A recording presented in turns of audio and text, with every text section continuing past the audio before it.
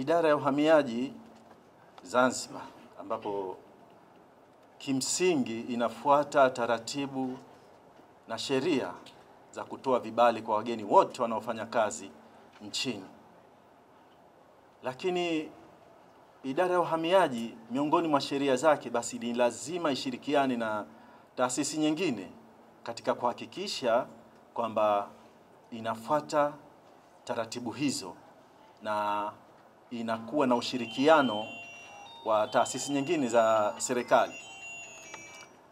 Katika taratibu hizo ni kwamba mgeni anayefika katika deski la uhamiaji, miongoni mwa vielelezo vya kupata kibali cha kufanya kazi, basi lazima kwanza, pamoja na mambo mengine, awe amepita katika idara ya kazi.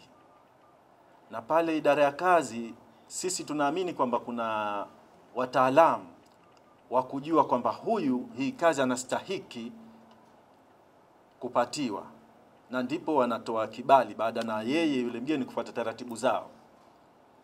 Mgeni huyu anapofika kwetu, na sisi tunajiridhisha kwamba huyu mgeni kwa kazi hii anayoitaka, pamoja na kuwa amepata hicho kibali, je, sisi kama chombo cha ulinzi na usalama tunaweza kumpatia?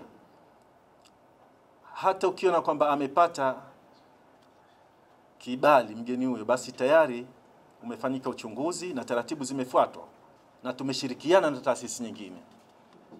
Na haishi hapo tu, hata kama ametoa hicho kibali, mfano kwa idara ya kazi, ile recipient organization kwa mfano ameomba kazi ya udaktari, basi pia tunataka ithibati kwamba huyu kama ni daktari, amepata uthibitisho kutoka Wizara ya Afya, kitengo husika, mbali ya idara ya kazi.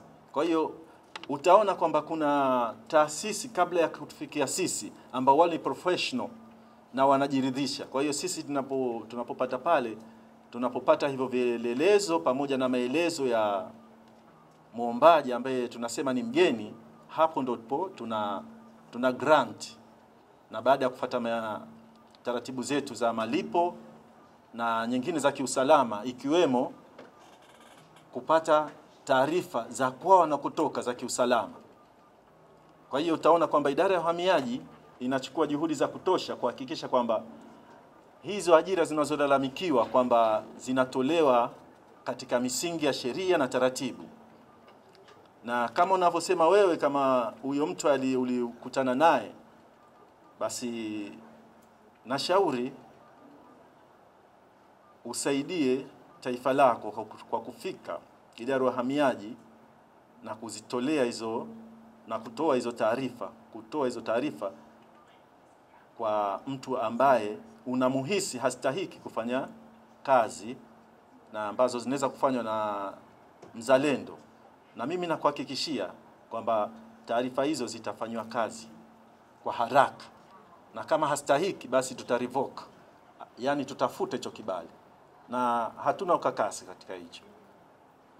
Na kuhusu utaratibu wa kupata vibali, je, kuna uhakika wa maelezo yake? Uhakika wa maelezo yake kwa kweli hapa pia inarudi kwa wale wataalamu nilokuambia, professional institutions zile, leba, utalii, kama daktari, basi ni sasa hiyo wao ndo watakuwa najua. Lakini na sisi pia tunajiridhisha kwa namna fulani tunayojua, ambayo tunayo na tunaitumia. Lakini mara nyingi akishakupita kule, inakuwa wale wenzetu wametuzidi, lakini pia sisi tunachukua na juhudi za ziada kuhakikisha kwamba haitotokea madhara au malalamiko kwa jamii. Lakini natoa wito tena kwamba bado tunahitajika wananchi na wengine wanaoipendelea heri nchi yetu ya Tanzania, Zanzibar, kwamba wawe wanatoa ushirikiano, ikiwemo kutoa taarifa. Ni muhimu sana, kwani sisi tunafanya kazi kwa ushirikiano, na sisi hatuko taasisi ambayo imejifungia, hapana. Kwa hiyo tunakaribisha.